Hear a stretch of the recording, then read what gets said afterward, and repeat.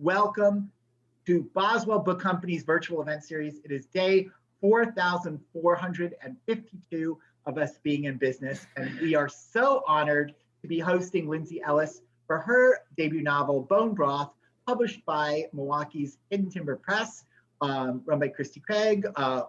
We are just loving this book, and I don't think I can say it any better than Melody Hatter, who wrote, Lyndsey Ellis digs deep in the history of psyche of St. Louis's Black community to share the complicated lives of a mother and her 3 grown children living in the shadow of Michael Brown's murder. The characters are tender and caustic. They fight one another as families and do and hold secrets to their chests like cards in a poker game, afraid someone will call their bluff. Bone Broth is an engaging, thought-provoking read. And Chris Terry, who's actually appeared at Dasha Kelly Hamilton's reading series, wrote, with a sharp eye for detail that brings every character to bright, shining life, Ellis fearlessly explores the secrets that are a family's true inheritance. Lyndsey Ellis earned a BA in English from University of Missouri Columbia and an MFA from California College of the Arts in San Francisco. We are so honored for this event to be have Ellis in conversation with the wonderful Dasha Kelly Hamilton, writer, performance artist, and creative change agent, who is the author of 3 collections of poetry, 2 novels, and recorded 4 spoken word CDs. She is also Wisconsin's Poet Laureate. Welcome to you, Lyndsey Ellis and Dasha Kelly Hamilton. Thank you so much for joining us. Thank you so much. Thank you so much. Please, Lyndsey, you first. Oh, I just want to say it's just a blessing. It's really an honor to be here. Thank you, Daniel, for that awesome introduction. And I'm just so happy. Thank you, Christy Craig of Hidden Timber Books, for coordinating this and making sure this happens. And Dasha, oh my goodness, Dasha Kelly Hamilton, oh my goodness. I feel very honored to be here. Words just cannot even explain. So with that said, I guess I will get right into a quick reading, a little excerpt from Bone Broth. Let's see here. Actually, if I could have you pause, Lyndsey. Oh, yeah. I realized I was interrupting you, and I wanted you to get to let that flow. Okay. Wrong, and I'm definitely a fan of starting this conversation with emotion, with authentic enthusiasm. So I want to kind of tee up a little bit before you read your excerpt. Oh, that's fine. That works for me. Sit back a little bit. Yeah. No, go ahead. And I want to echo all those same thank yous. One that I'm going to start with Boswell, because they always make space for conversation and the craft. And I really appreciate being a I just realized I lost something. And I always appreciate being a part of that experience. So yes, we can have you and authors come and read their words, and we love that. But we get to love on the authors. We get to fall into conversation with the authors, not just selfishly myself, but all of the Boswell family that's watching. And thank all of you for continuing to come, because these series happen because you always show up for these kind of conversations.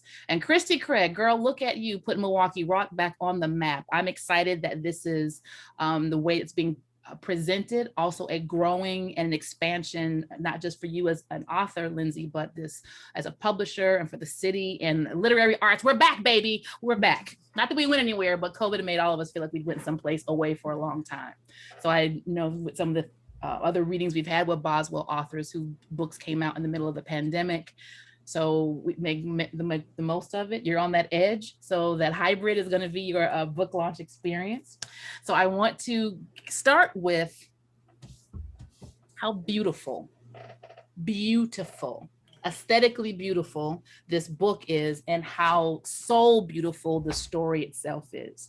And I was looking at some of the things that you wrote about the narrative, where the first question is, you describe this family has lived in your head for a long time. Writer to writer, I 3000% appreciate that. So can you talk a little bit about what that meant for you? Were they good tenants? Do you miss them? So just a little bit about the process of this family, how they came to you. Yes, and before I start, I just want to apologize.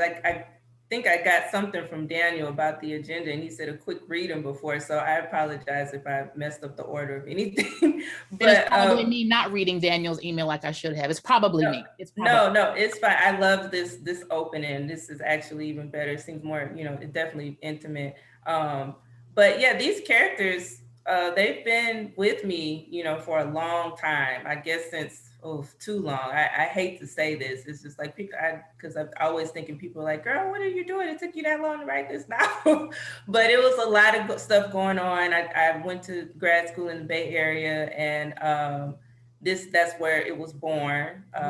Justine, the main character, and I had her in my mind. I knew she was a widow, older woman, going through a lot of different things, dealing with grief and trying to find her identity in the world and navigate things, and having her family kind of pull her in different directions in a way, so to speak. And life happened, and so I ended up putting it away, for a minute after graduation, and then I it was shelved for a while, then I picked it back up, and then shelved and picked it back up. And finally, I guess it was around 2010, I just said, you know what, I'm just gonna get, I gotta get this out, because it was just nagging at me and pulling at me, and so much going on. And, I really, always wanted to, rep St. Louis, because St. Louis has just always been so dear to me, no matter where I go. It's just, I wanted to have this like kind of pay homage to St. Louis. So yeah, that's kind of, where it was. This family's just been with me, and I was just like, I got to get it out. So that's exactly how it happened. Were there characters that met you first, or was it the tangle of this family? So just what was that first gem? Yeah, I think it was Justine, the main character. Like she was always sitting with me. That first scene, it has always it's been through a lot of changes with the drafts, of course, as you know. But Justine and the funeral scene, that's always been the opening. And I always thought like, wow, why is she wanting to start here? But you have to go where the characters want you to go. So it's just like, that's how it's always open. And it was initially in just her voice, and then her kids, her grown children's voices just really came at me so strongly. And I'm like, wow, I need to tell their story too, and kind of see, how they all fit together. So that's kind of just where I went from there. Oh man, I love that part, and explaining to folks who maybe don't do fiction or don't write at all, and the idea, what's it about? I don't know. They haven't told me yet. What are they trying to figure out? I don't know. They haven't let me know yet. So you sound like insane people having these conversations about these invented folks, but the process of how those invented folks become these full characters, is the writing process. And I'd be curious to know with these. And making space for folks, these voices living in your head. What's the story of your writing life? Have you always had Justines, et cetera, taking space, or how did you find yourself as a writer? Yeah, I've been writing, I guess, since I was a kid. I guess since I was around 7. It became a way just of self-expression. I was born into a family of musicians, particularly on my mom's side. She's a musician. Her parents were musicians. Her siblings are everybody can play an instrument or sing but me. So it's just like, and people. Can you hold the hum, baby? Can you I tried. No? She, okay. and she tried to make me. She was a minister of music in our church for years, and she tried to make me get up there, and I'm just like, I liked it at the time, but I said, no, this isn't me. This isn't for me, Ma. I can't do it. But yeah, I guess it came out in a different way. People say, you never know how art is going to come out, or, what you're going to be the vessel for. So I just started writing. I had a few awkward years and teenage years after my parents' divorce or whatnot. I kind of went through like a small depression. And I think this was just my outlet. So it kind of just stuck with me. And, I've always been the type to just, when it goes, I'd rather, I have times where I would go out with friends or cousins or whatnot, but I was always content just staying in my room, just, writing little stories. So we're so writing together. What other genres do you scribble in? I've dabbled in poetry. I wouldn't say it's quite like you, because I've read and I've listened to some of your poems. I'm just like blown away. Like, you truly are a magician with that. And I'm just like, wow. Yeah. And Some of my poet friends I really admire, but I've dabbled in that, and I also write essays. So that's a huge thing. I like personal essays. Ooh, especially if reaching into the craft is how you are sorting through your relationship with the world. And it's interesting, you talk about, I go and I find my space with this writing, and often there's a poet or an essayist language. So how is it falling into fiction as a way that gives you the relief compared to more prose or poetry where you're unraveling your personal thoughts, perspectives? Tell me how fiction soothes that same, maybe, I don't know if it's an ache, an itch or an ache or curiosity, but how does both? That's a good question. I mean, I've just always been so curious about, put myself, I guess, in other people's shoes, so to speak. And, because people always say, well, how did you start off with, a widow and this woman, Justine or whatnot, and this, I guess, former activist, funeral thief or whatever. And I'm just like, I think no matter what kind of character you write, we all have like, just things that connect us in a way and that are relatable, grief, happiness, joy, whatever, sadness, anger, rage. So I just, I really just, I enjoy looking, and seeing, looking outside of myself, I guess, writing outside of myself, so to speak, and seeing how, other people live, or, what might this look like to this person or this person in this role. And so I just go from there, and I kind of just like to explore that. And Christy agrees, hence this book in print, but your way to embody these different perspectives and voices. Yes, anyone who writes fiction and you're able to make a character come to life, technically that's what everyone does. But all your folks were messy. I agree with you there. But in an incredibly real way, and it was refreshing from how messiness can be refreshing, because it just wasn't a mess. It was very natural. They were, all of the layers of our humanness, how they collide, and then you add in the layers of generations. And it was a Sunday at somebody's mama's house. It was a gathering right before or after the holidays. It was that needling thing from the siblings when they were toddlers that is still in process when they're not anymore. So it just captured so much. And it says a lot about sinking yourself into not just a craft of bringing a voice to life, but really giving these complicated constructions of people a lot of grace, and gave them a lot of body. So thank you when I'm mad at you, and thank you when I'm mad at you. All those different pieces. But one of the things that is used in the description is that this novel it explores intergenerational adversity, trauma, and coping mechanisms. Yes, yes, and yes. Talk a bit, please, about how you prepared you and your characters to have coping mechanism. Makes it feel like a self-help, right? Coping mechanisms, it offers that there's a lot of study that went behind the craft of the fiction. So talk a bit about what you learned, what you wanted your readers to understand. That's a lot. And you delivered it well without it feeling like she's just trying to give us a textbook in fiction form. It was wonderfully, wonderfully seamlessly done. So how did you prepare for that? Thank you. I really appreciate that, because that's something I totally was trying to avoid, was it to sound very textbookish, or lack of a better word, pedantic or whatnot.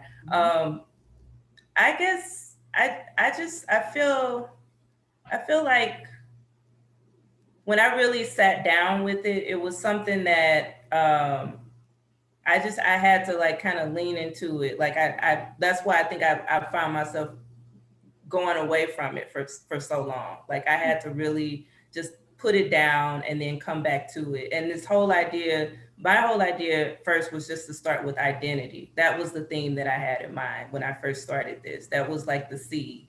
But as it, started progressing or developing, I started seeing other things. Of course, the social activism, grief wasn't as prominent to me in this, even though when I talked to other people about it, or when I've, been interviewed about, people were like, well, grief is, the obvious theme. But writing that, like I didn't see that. Like it's amazing. And I'm sure, Dasha, you probably know when you've been interviewed about your work, or you talk about your work, other themes that might resonate really strongly or heavily with other people. And it's kind of like, oh, wow, yeah, you see that? Like, it's good to hear, other people's interpretations and their perspectives, because that was something that, I knew it was there, but I didn't realize it was so heavy within the book. And everybody's running. So in this book, all the characters are running from themselves. That's the thing that I was trying to get through. I wanted that to resonate, this whole thing of identity or lack of. So I guess, yeah, that kind of connects with the grief in a way. I really like that, because it takes, it doesn't turn on its ear necessarily, but it expands the conversation about identity. Often I don't want to get stuck, but we stop at, I identify as. Yeah. Right. And okay, you identify as, and the idea of running from yourself or running to yourself, then it's a discussion about your relationship with your identity. Yes. Is the second half of that show that we don't necessarily always get to. So and that was what made it the relatable, messy part. You're watching people in habits. And just from reading it, you can kind of go to someone's family reunion and go, oh, they argue all the time. He's never wrong. Ooh, he's always starting stuff.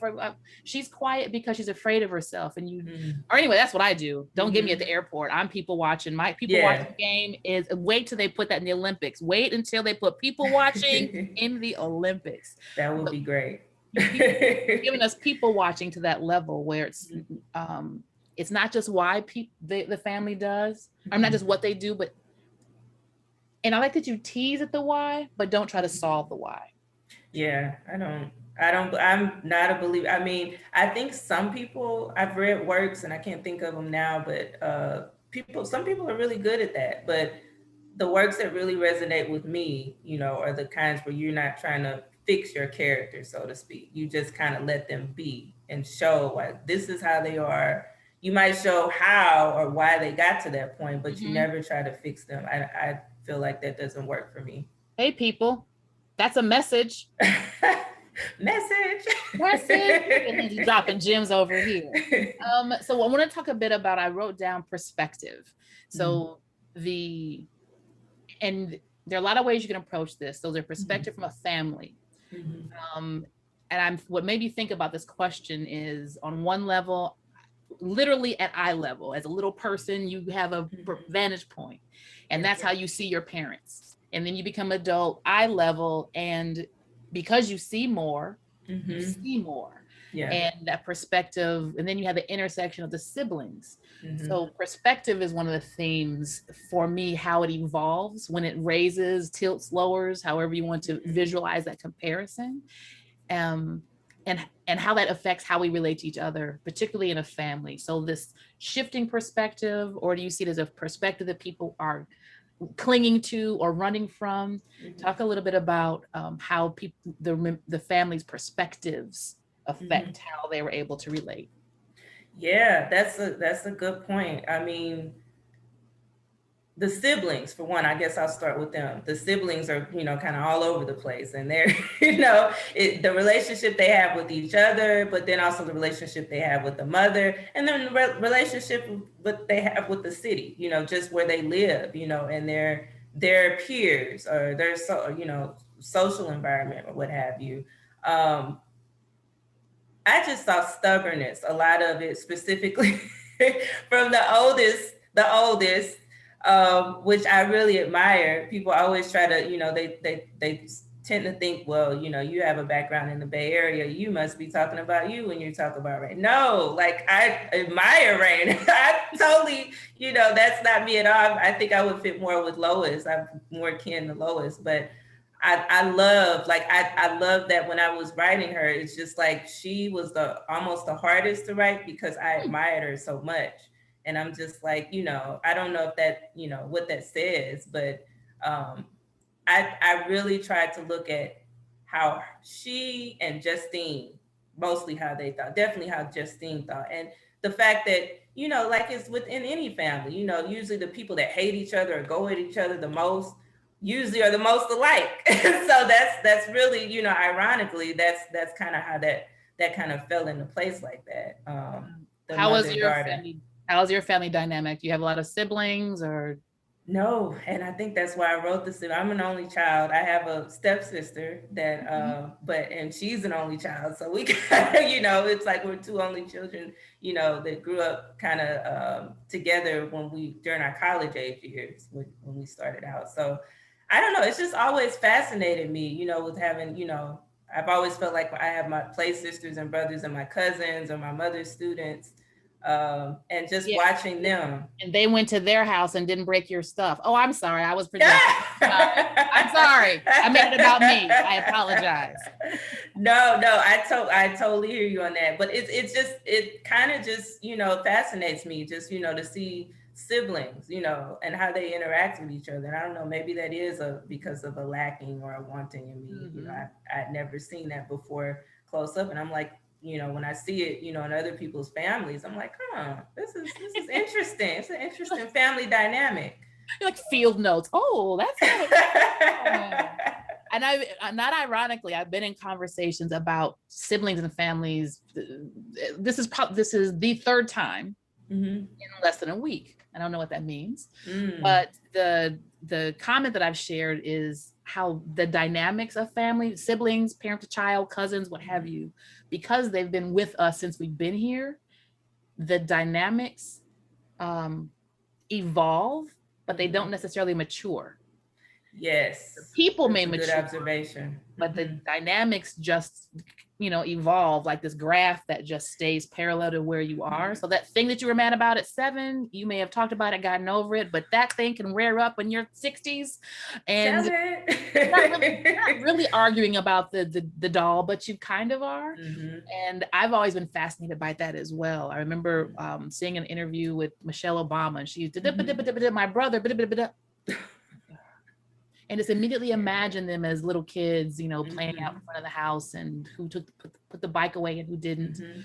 So those dynamics that you manage across the lifetime of a family lifetime are no joke. Right. You never really grow up.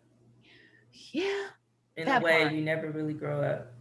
And that was a part that when I say messy, it makes it sound like it's all negative, but we don't grow up, we don't grow out. We manage, we love, and we navigate those realities in depending on what year you are and the decades as they grow.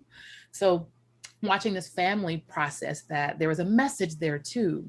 So talk a bit about making those family dynamics so authentic. So it doesn't have a bow at the end. It doesn't answer all the questions. It doesn't mature. There isn't a hand holding and running through the field of flowers, but there's an understandings that happen. Talk a bit about long-term relationships, because there's so many of them and they tell a lot of stories. We're going to get to some of those next, but just a bit about those long relationships.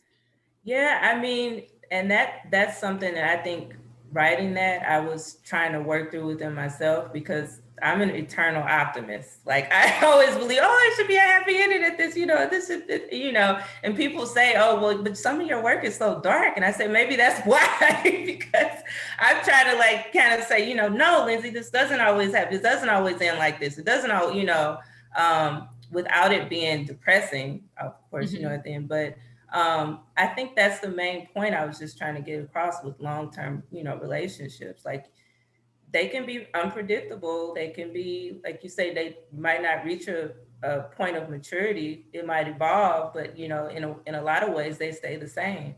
And that's just something that we have to deal with. And it doesn't have to, and it can be a rich thing too. But having those honest conversations about where the changes are and where that base salary of love exists. Yes. So what I would love to do now, if we can hear you share an excerpt. So I realize that I'm already fully versed in these characters and all of their drama. So some folks who are getting to know this narrative in you, I would love for them now that they're kind of set up for all of this glorious tangle that you've created. If you can please share an excerpt from your work. Sure, I will share a little piece. So this is just a piece to get people to see Justine interacting with her two best friends. So that's a whole nother type of messiness, so to speak. Myrtle's kitchen was stuffy with the smell of maple syrup and dirty hair. 2 mobile fans hoisted in opposite corners of the room, blue lint and hot air everywhere. On the countertop closest to Bev's makeshift styling chair, a small television displayed the stern talking heads of news anchors between flashes of protesters gathering in the streets the night before. Some women and children holding picket signs over their heads, others shirtless young men with bandanas over their mouths and their arms lifted in the air. Turn off this mess, Justine told Bev. She waved a large spoon in the direction of the TV. She was tired of seeing the hysteria that was gripping St. Louis, all in the name of social justice. These rioters always think they're doing something uplifting. Don't think you're fooling anybody, Heifer, said Bev. She turned the television channel to a rerun of the Bobby Jones gospel show and dabbed at the gunk of hair grease on the back of her hand before rubbing it into Myrtle's scalp. You put up a good fight yesterday, but I saw the way Rich had you melting. Justine ignored her and stirred a bubbling pot of grits on the stove.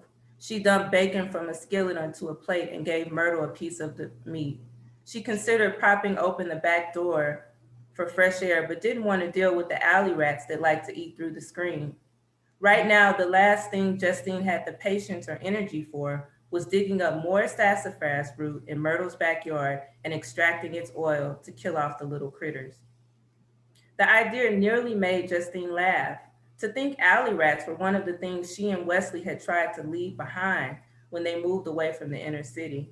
Back then, everything about the life they'd chosen in the North St. Louis County suburbs after moving from their old neighborhood had been new and different and clean.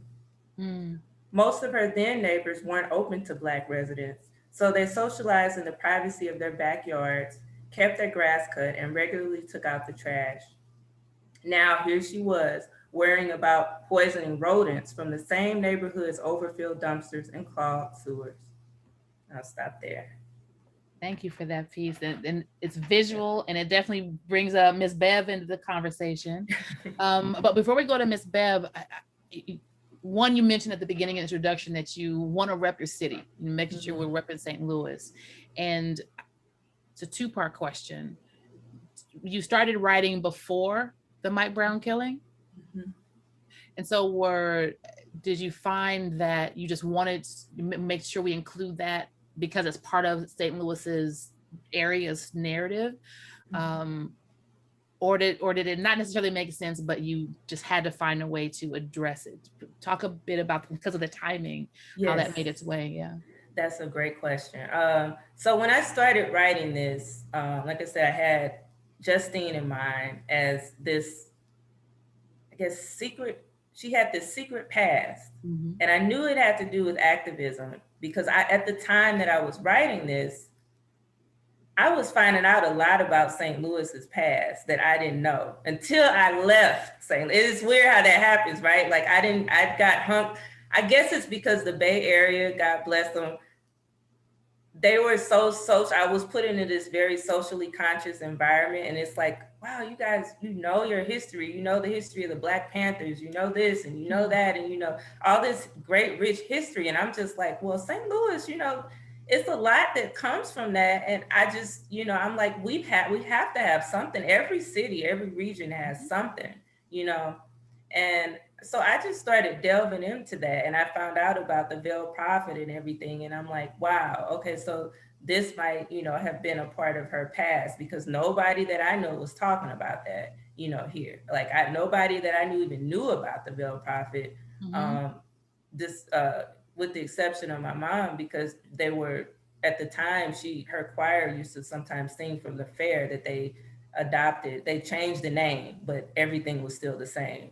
Can you explain a bit the Veiled Prophet before?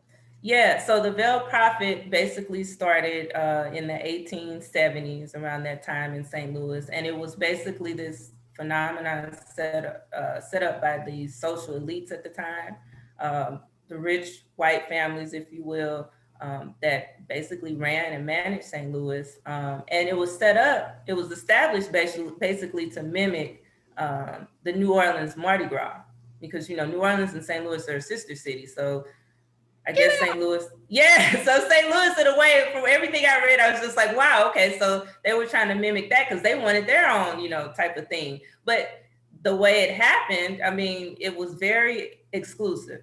So, it left out a lot of, disenfranchised communities, and the way they made it seem purposely, if you look through it. And this was something that just followed them, and it kind of just, something that they did every year. They had this ball where they had this person dressed up, one of the elites of one of the big businesses here. And they dress up and it looked very KKK-ish. They had the hood and everything, and they called him the Veiled Prophet. And you never knew who that person was. They knew, but nobody else knew. And they would walk and parade through the street. And that's all you would see. You'd hear that. Yeah, it was very kooky. I was just like, I cannot imagine just sitting through that, And but so, it wasn't connected to the KKK. I'm asking. I don't. No, not that way. Yeah, not technically it wasn't. But yeah, so they did this. And then in the 70s, which is kind of what I allude to, they had the big shakedown where somebody actually went to try to unveil the Veiled Prophet in the early 70s as a way of kind of protesting. That was the protest, these activists in this time. And I'm thinking, wow, what if, Justine was, part of this, because she does have this past and she's obviously linked to the city, and this, this is a way of kind of unearthing, something that I wish I hadn't known about, growing up here. And I felt like I was just like, wow, people need to know about this. And it's the fact that it's still going on, if you look at recent news, I mean, it's still here. Okay, so fast forward that, Mike Brown, you asked about Mike Brown.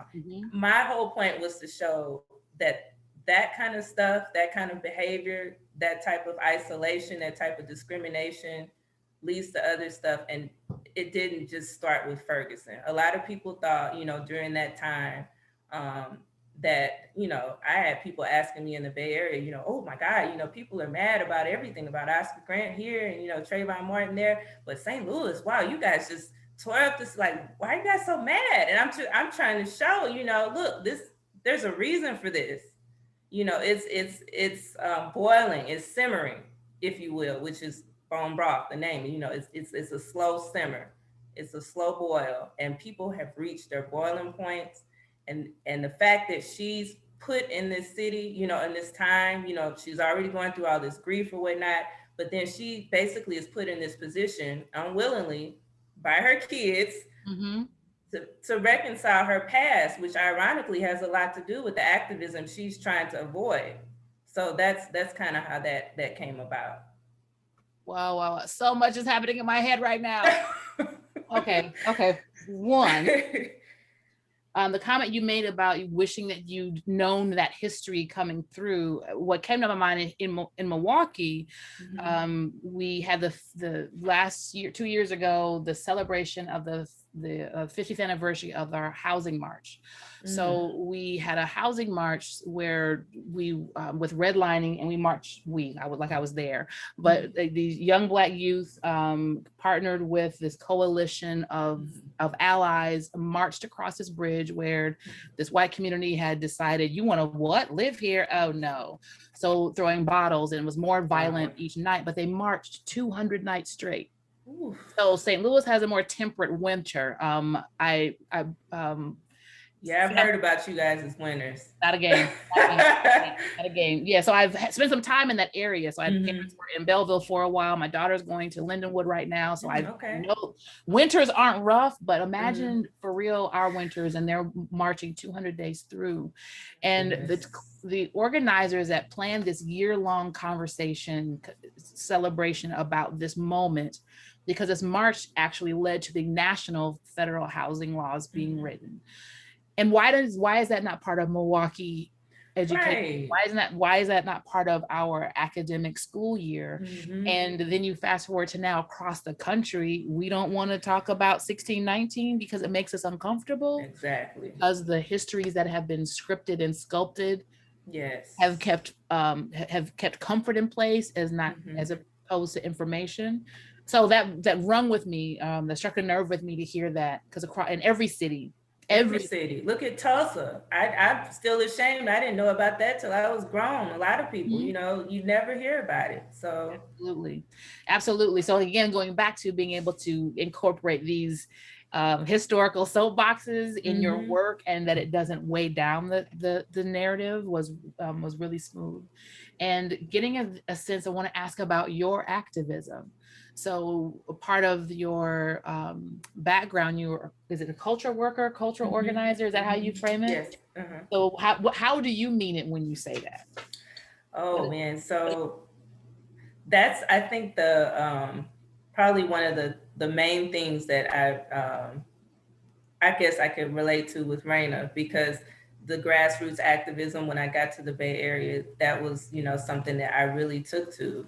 And I have a lot of mentors that, you know, been through a lot, you know, of, you know, older and younger. And they, you know, we would put on these things, you know, these shows, or we would interview other activists in the community who've been around, you know, for a long time in Oakland and across the country. And it just really struck a nerve. I mean, we would, you know, there's always protests or marches in Oakland. So, I mean, you can just look out the window and, you know, one day and just see, oh, you know, what are we marching for today? You know, they're very, you know, that's just how it is. And it's just like, it was great at the time, because I hadn't been exposed to that in St. Louis. Like, you know, it's just a different type of world, a different vibe. And I'm like, wow, people are really speaking up, you know, here. And this is more of what, you know, I need to see and be a part of. And then right before I, you know, basically moved back a few years before, I got really deep into mental health advocacy.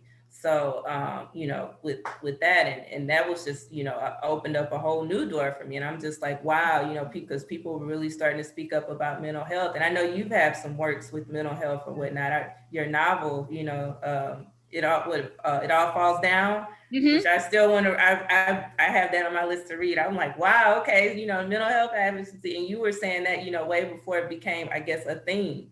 So I think, you know, that's awesome. But yeah, that's the activism that I, you know, was exposed to there. And I, you know, I've always said, you know, I want to make sure I keep that, you know, in my work in some type of way, even if I'm not technically out there marching or doing it anymore. So what are some things that do you find that you're able to do that more with your essays?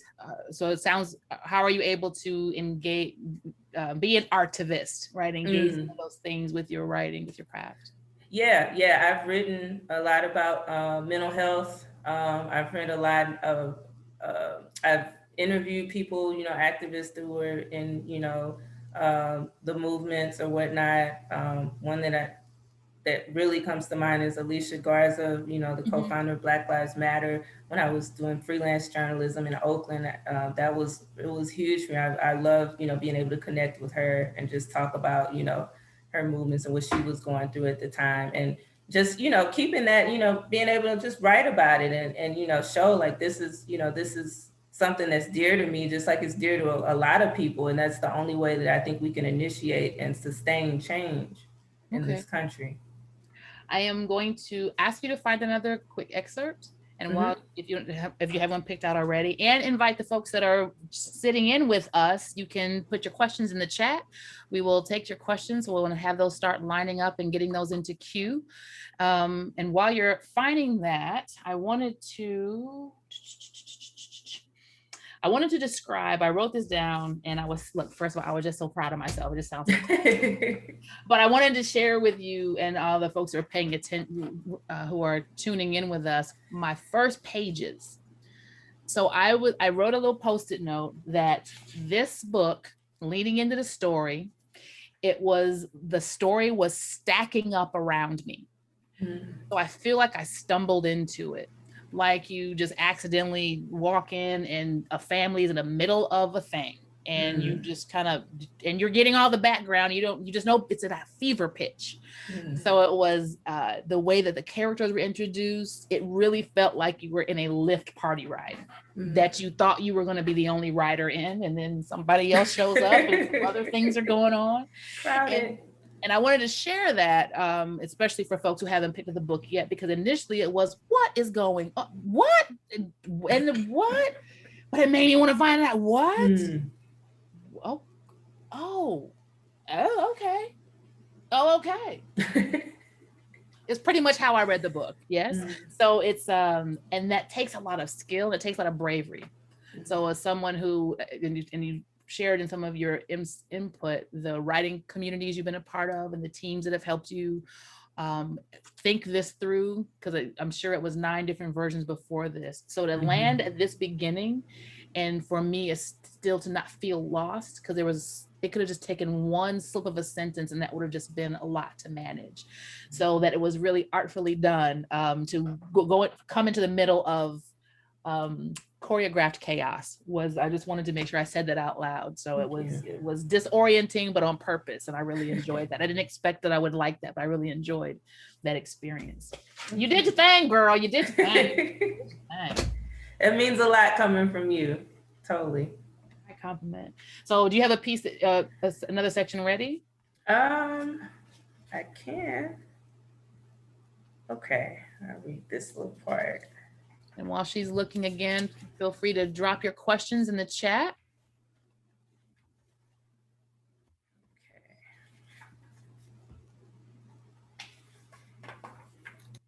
Get the pages. Mm-hmm. Okay. All you do is press down on the keys with your thumb. Bev tapped the keypad with her shears, her sculpted nails brushing against Justine. As soon as Justine tried to peck the little buttons, letters from the alphabet flooded the search box. Random tabs popped open that she couldn't make disappear. No, heifer, like this. Bev dropped the shears in the sink and yanked the phone from Justine. She punched the pad with her thumbnails, her fingers expertly flitting across the screen. Okay. Justine snatched the phone back before Bev could see Rich's message. If she couldn't control who got a hold of her past, she figured the least she could do was still have some say over her current private life. Still can't believe how quiet you were at group yesterday, Bev said. Get off my back. I went, didn't I? Yeah, but the whole point is to talk. There's a reason we meet, you know. Well, you talked enough for both of us, Justine reminded her. Bev passed on her check-in speech just like Justine did, but for what she held inside during the group wellness discussion, she plenty made up for afterward during their drive home. Talking up the good food Justine missed out on and warning her how she'd end up like Myrtle if she kept refusing to be social with folks. By the time they pulled into Justine's driveway, she was ready to call it quits on their friendship, if just for a little while. Justine went back into the house with a dark cloud over her. Everything felt wrong, so she ended up doing what she did when she got that down. She read her Bible and smoked a joint, flipped right to some of her favorite passages in Psalms, and rolled up what little she found in Bev's glove compartment when they'd stopped to get gas. Then Justine listened to some Bill Withers while she took a bath and played dress up in clothes she hadn't worn in years, decades. Stuff she couldn't believe still fit, with smells and textures that hurled old memories at her until she was nothing but a weak, teary mess on her bedroom floor. Justine realized that nothing she'd stolen from funerals, flowers, jewelry, handkerchiefs, could compare with what she rehashed that night. Crucial moments she tried to bury inside of herself or replace completely with other people's crucial moments came back full force. Just thinking about it put her on the verge of imploding. I'll stop there. That's perfect. Thank you. Y'all, yeah, these two women. And so talking about these long relationships, yes, you have exes that are involved and play cousins that are in the mix and the siblings, of course. And then you have these lifelong friends. And I love the language, heifer, please, because I love you. And all the ways that they've grown together and that they've challenged each other and that they've actually been a salvation for one another. As a friend you've had for decades, hopefully will be able to do. So it was really rich, and it's not sweet, but it's lovely.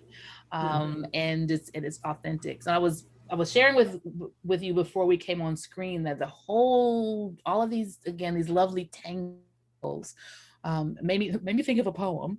And it talks about how, and this piece that I wrote is, it's called All the Lives We Are. And what it made me think of is all of these layers and the intersections and even outside of those relationships they have with each other, this is what I'm dealing with at work. This is what's happening with my health. This is this food that I'm no longer able to eat. This is all the lives that we are, and they intersect. And it depends on what is happening in this life and what part of the intersection happens here. And it's not as simple as we want to make it. None of these relationships are. So I will share this piece. It's all right. Yay. It's fresh off the press. All the lives we are. The dairy farmer replied, "Stop calling things that aren't milk, milk." The newspaper series was compelling even to a city chick like me. I add oat milk to the grocery list and think of the dairy farmer. The journalist earned awards for that series, and the delivery person is now trading texts with me about exchanging broccoli sprouts for the bunches, or did I order that by mistake? I tipped him 15%. Sometimes I tip 20. Every time is a goal to not hesitate or have to calculate or to project out for 30 days, the same way I'm sure he wishes he could. And I wonder if he does his own shopping in between or on other days. I thank him, wave through the screen. A woman sits in his passenger seat, winter coat open, attention on her phone. I wonder if she rides often. All the time? After a fight? Could be his best friend, like my daughter's best guy. Friends from high school, their small colony of peers crossing over to the gritty sands of maturity. The cicadas are coming this year.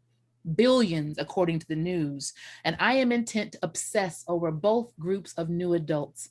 I shuttle the groceries from the porch to the kitchen. I love it. That was awesome. And this whole idea of people watching, like I totally saw that in there. And then the text, I'm like, okay, so that kind of connects perfectly. Wow, that was great. Mm-hmm. Thank you for that. And so it's all the lives that we are, have, try. Yes. And we just keep rubbing them up against other people's lives and crashing into other people's lives. And I feel the holding that as a truth invites more empathy. It invites a lot of grace. It also gives you permission to celebrate all the lives that you have, even the messy parts of them. Yes. And folks will interact with them as and how they could. I'm gonna take a pause here to see if we have any questions that are bubbled up in the chat.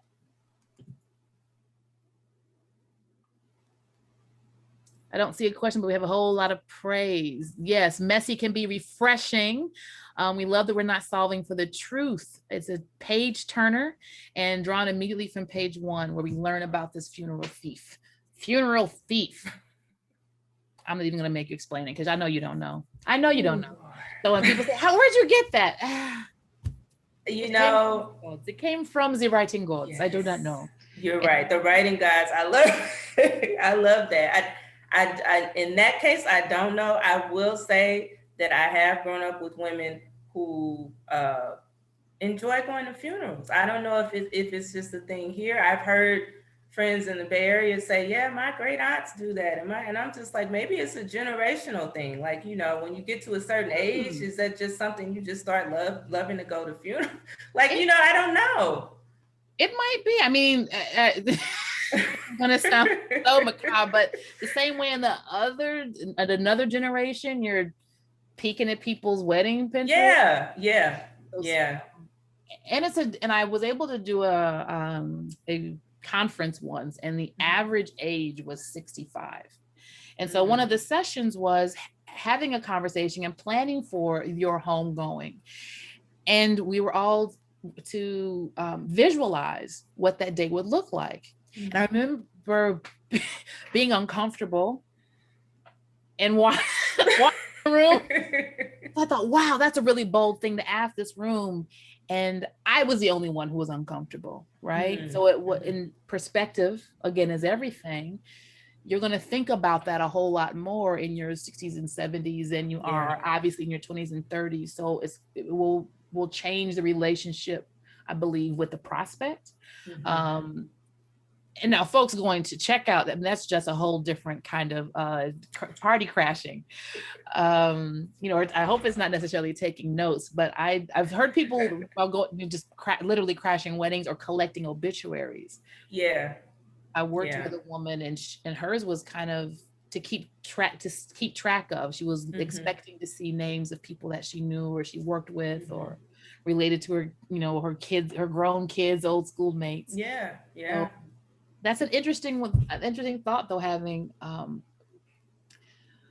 I'm checking myself to say, how do we maybe normalize an interest in this natural occurrence that we all are going to meet?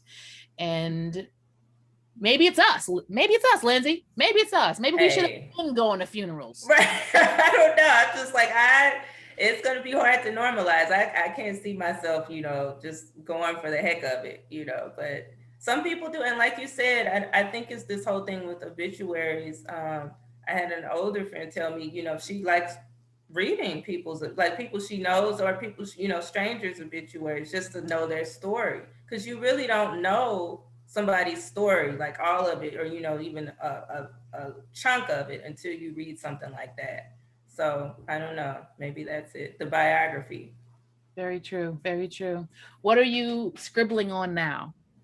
Oh, I'm kind of going, I guess, backwards in a way. I'm working on a short story collection. I know most people, do the opposite, short story collection than novel, but I've really been into short stories, and I've been, I really admire a lot of short story writers and how they can just be so succinct, and just get straight to the point and stuff and just have it be bam there. So I've, I said, well, let me try my hand at it. And I love horror. I love horror and thrillers. Okay. So I'm really into the movies and the books for, horror and stuff. So I said, I'd had all these stories that I'd been, kind of, just playing with in my head over the years. And I'm, finally getting them out. So they dabble in horror. A lot of them are just, on the cusp of horror and thriller. But yeah, they all kind of flow that way. Oh my, yeah, I don't know that I know what to do with that. But like everything else, you just give it a shot. Like I did, a friend of mine said, "Hey, we think about writing a movie." I'm like, "Yeah, I get my lane is pretty wide, so I leave that to folks." And the whole format, and he goes, "It's a story." Yeah, you never know. However it comes out, you never know. You're right. So I took him up on that challenge, and the film, it wasn't great, but the story is there. So this character, same thing, has been taking up residence. Her name is Shay. Shay has been chilling in my consciousness for many years. Sometimes not so patiently. And I'm really looking forward to spending time with her this summer. Oh, good. I can't wait to hear that story or see that story. That's going to be awesome. So I like being able to kind of dance on all the different, not all of them, so poetry and fiction. And I've done some essays, but I don't typically go there. Okay. So I feel that in my future, like in the distant future. Okay. I'm just having horizon. I'm having a lot of fun with fiction and poems still. So I'm going to keep going at that for a while. Well, you're great at it. I've been looking at yours, and like I said, I've ordered things. I always say it wrong. I don't know why I'm thinking of something else, but all falls down. That one. Yeah, I'm thinking of I can't think of the name of it now. The whole thing, but that, and then your Crimson, Almost Crimson. And I read that excerpt, and when the whole mother-daughter relationship just really resonated, and I'm just like, wow, you really, just a breakdown of that. I'm like, man, I have to read this story. It was something. And when you talked about how you create this piece of work and people, like, oh, your book is about grief, you're like, no, but it's in there. Yeah. I don't same thing. I don't argue or I don't debate, because if that's what it's art also. Right. And if that's what you got from it, then it's a gift to both of us. And I had a conversation when I was touring with Crimson. The woman was saying, I don't have an experience or a history of mental illness in my family, but I did have a mother who was an alcoholic. So little Cece at 5, it was my story too, but for a different reason. Right. Another discussion, we went all the way into the conversation about this relationship between mothers and daughters. She said, yeah, me and my mom, I don't have those issues, but yeah, my mother and I, 48 hours together, max. That's what we can do. That's it. That's it. And talking through just how these different ways that we show up. And sometimes it's one or the other holding on to this prescription that we're given on how mothers and daughters should be, or how this mother should be, or this daughter ought not, and all those human things. Yeah. And I want, we can get a whole nother night we can go into that and what makes it tense and glorious and tense again, different from any other relationship. Yeah. And I love the way you went into the child's perspective. It was great how you did that. I'm just like, anybody I feel like can grasp that, like, because everybody's been a kid before, even if you can't necessarily relate to the specifics of, the book. So it just was like, wow, that was really great. Yeah, so she still lives up here too. Oh, I'd imagine that Justine and Lois and Theo, they all still have a room inside your head. Yeah. Whether or not they're speaking as loudly, I'm glad that you shared them with us, and I'm glad that you made space for this conversation tonight. Thank you. I'm going to peek again, and we're going to invite Christy to come and share a couple of comments. I know she was picking out her favorite shade of lipstick. But, there she is. I made it. Congratulations. Thank you. I was just thinking to myself, every time that Lyndsey reads, I hear something new. And even when I flip through, I find things that I love again. So, I think that that just reminds me what a great story this is. What a great story that you've written. And I'm just so glad that we found each other, and that that you entrusted Hidden Timber Books to bring this book to the shelves. It's beautiful. I mean, you guys have already talked about all this, just the characters and the relationships, and I don't want you to tell the ending, but it really is so beautiful. And you talked about not wanting to tie things up in a pretty little bow. You don't do that, but yet it's so satisfying. So I love hearing you read. I love hearing you guys talk about the book again. And thank you so much, Daniel, for hosting this conversation. Yes. Oh, honor. And we have a link to purchase the book if you haven't already. We have book plates, and if not, if you don't want to buy it from us and you're not local, buy it from whatever independent bookstore that you love. And we are so grateful for Hidden Timber for publishing it, and also Dasha Kelly Hamilton for the most amazing conversations ever, and Lyndsey Ellis, who will be publishing many great things, including short story collections, and who knows, maybe a horror novel. I was thinking I was actually thinking of another conversation Dasha did of, do you remember your Lakewood conversation with Megan Giddings? Yes. That's a wonderful book, and it actually has gotten written up on a lot of horror. There's been a lot of essays written about the horror aspects to the novel.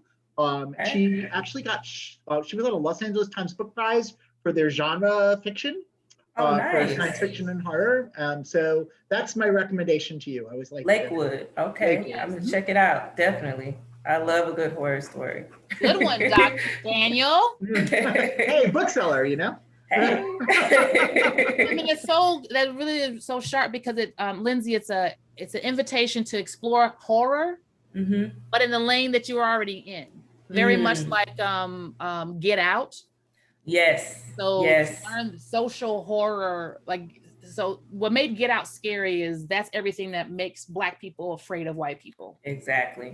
So to hear the filmmakers explain that, or Stepford Wives, this is the idea of conformity, so high five, Daniel. That's the move. Wow. Yeah, that may be it. Hey, check it out. Social horror. Social horror. Okay. All right.